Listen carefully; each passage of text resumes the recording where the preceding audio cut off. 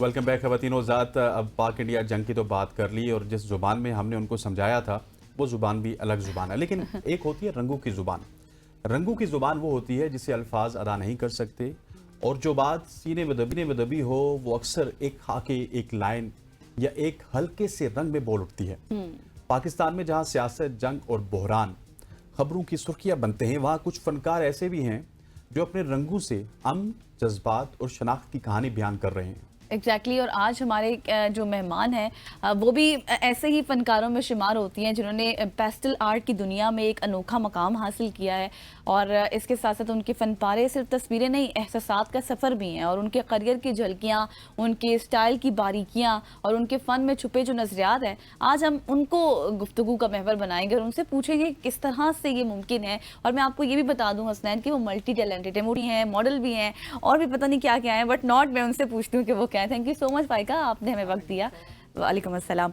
सबसे पहले तो ये बताएं कि थैंक यू मुझे ये बताएं कि ये पेस्टल पेंट्स होते क्या हैं, किस तरह से आप इन पर काम करती हैं, कितना मुश्किल है, क्या डिफरेंस है आम पेंट से और इसमें पेंट्स में कितना डिफरेंस है? पेस्टल्स जो होते हैं वो चॉक होती हैं, ड्राई पेस्टल। ठीक है। ऑयल भी होते हैं पेस्टल, लेकिन ड्राई पेस्टल्स भी होते हैं। तो वो ड्राई पेस्टल्स उसको आप जैसे ब्लेंड करते हो अपने हाथ से, not with a brush involve नहीं होता। सो इट्स जस्ट लाइक जो एक आम पेंटर करता है उसी तरह ही करना होता है, लेकिन ये कि आपको उस तस्वीर में काफ़ी एफर्ट करनी पड़ती है। लाइक यू नो इसका आप उसको ऐसे नहीं बना सकते जैसे ऑयल पेंटिंग में आप कुछ चीज़ें होती हैं जो आप एक बनाते हो, वो ड्राई हो जाता है, फिर वो आप उसको फिर आगे चलाते हो। तो ये ऐसा नहीं है, ये आखिर तक बहुत डेलिकेट होता है और so you have to be very careful about everything. हाथों का इस्तेमाल है जी, हाँ जी, हाथों का कोई ब्रशेस नहीं है, कोई पेंसिल कुछ भी नहीं है। चॉक से करना है ना, जिस तरह आप नहीं, और चॉक भी नहीं है, चॉक को आप अप्लाई करते हैं, then you have to mix it, blend करते हैं जी। अच्छा, वो चॉक भी हाथ से होता है, वो ब्लैक बोर्ड वाला चॉक नहीं होता कि आपने नहीं हाथ से ब्लेंड, यानी कि फिर आप में हाईलाइट्स होती हैं, लाइक यू नो जैसे आप एक ऑयल पेंटिंग में करते हैं या वाटर कलर में होता है। तो वाटर कलर भी अपना एक उसकी अपनी खूबसूरती, हर जो हर किस्म का जो मीडिया है इन रिलेटेड टू पेंटिंग, वो अपनी जगह डिफरेंट है।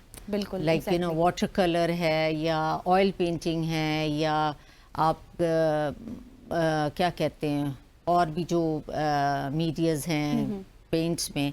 तो मैं तो खैर मुझे सारे मैंने किए मैं, लेकिन आई डोंट नो समहाउ कि मैं इसको मैंने लिया और मैं इसी को स्पेशलिटी है, इस वजह से आपने इसको लिया, या फिर बहुत सारे लोग इस तरह नहीं करते? क्योंकि मैंने पेस्टल की बात की तो बहुत कम लोग ऐसे नजर आते हैं जो पेस्टल पेंटिंग करते हैं। पेस्टल्स में बहुत कम जाते हैं लोग। थोड़ा सा ये भी होता है कि आप इसको ख्याल से करना होता है, ऐसा नहीं है कि आपका ख़राब हो गया तो आपने फाड़ ही दिया। वो वाली बात है, क्योंकि पेस्टल पेपर है उस पर आपने करना है। ऑयल में आप बहुत सारी चीज़ों को आप कवर अप कर लेते हो, लेकिन इसमें ज़रा you have to be very careful. अगर एक चीज़ बहुत ब्लेंडर सा हो गया तो आपको you have to you no.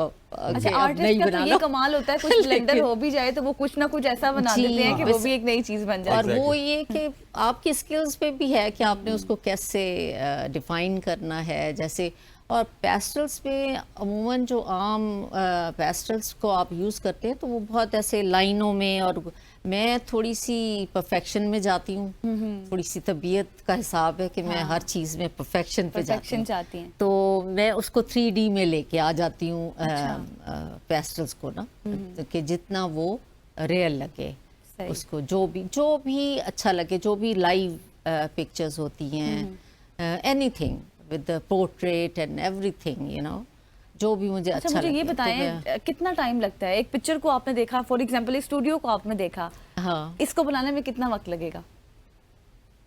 काफ़ी टाइम लगेगा, एक हफ्ता तो लग ही जाएगा। आप मतलब इसलिए कि आपको छोटी छोटी डिटेल्स होती हैं, तो उसको करते करते बिकॉज तस्वीर आहिस्ता आहिस्ता डेवलप होती है, नॉट लाइक यू नो आपने यूं किया और ये कर दिया। वो भी बहुत यू नो बड़े बड़े माहिर लोग हैं जो मैं मीडिया पे, सोशल मीडिया पे देखती हूँ, जो बाहर इतने मज़े से बनाते हैं, बट वो वो टाइमलेस लगा के बनाते हैं तो बना रहे होते हैं अमेजिंग और थिंग, साथ यू नो, आई साथ रियली रिकॉर्ड कर रहे होते हैं। हाँ जी, रियली अच्छा लाइक फाइका, दिस। मेरे एक दोस्त भी हैं, रमजान उनका नाम है, बड़े अच्छे आर्टिस्ट भी हैं। जी। अच्छा मैं उनके घर जब भी जाता हूँ मैं उनको कहता हूँ यार कि इतनी आपने पेंटिंग्स की हैं और बाजू का बहुत सारे क्लाइंट्स हो जिनको वो काम कर रहे होते हैं, तो मैं उनसे एक सवाल करता हूँ कि कभी ऐसा होता है कि खराब हो?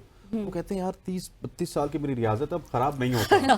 तो सही बात ये जितना ज्यादा आपकी प्रैक्टिस होती है फिर आप चीज को खराब नहीं होने देते। बिल्कुल, अगेन यही वाली बात है, कोई भी काम आप अगर उसको आप रिपीटली करते रहे, यू नो, ये इंसान की अपनी एक खूबी है। आप बिल्कुल, किसी जितना भी चीज़ practice में हो। भी देखें कि अगर आप किसी भी प्रैक्टिस में जाते हैं तो वो आपकी स्किल्स और अच्छी होती जाती है। बेकिंग है, कुकिंग है, एनीथिंग, बिल्कुल, यू नो, अब exactly. आप करें और आपकी आहिस्ता आहिस्ता आपकी स्किल्स और आपको समझ आ रही होती है कि आपने यहाँ क्या करना है, इसको कैसे कवर अप करना है, इसको कैसे कर, तो आई थिंक प्रैक्टिस से जो है वो ही चीज़ है, हर चीज़ प्रैक्टिस है।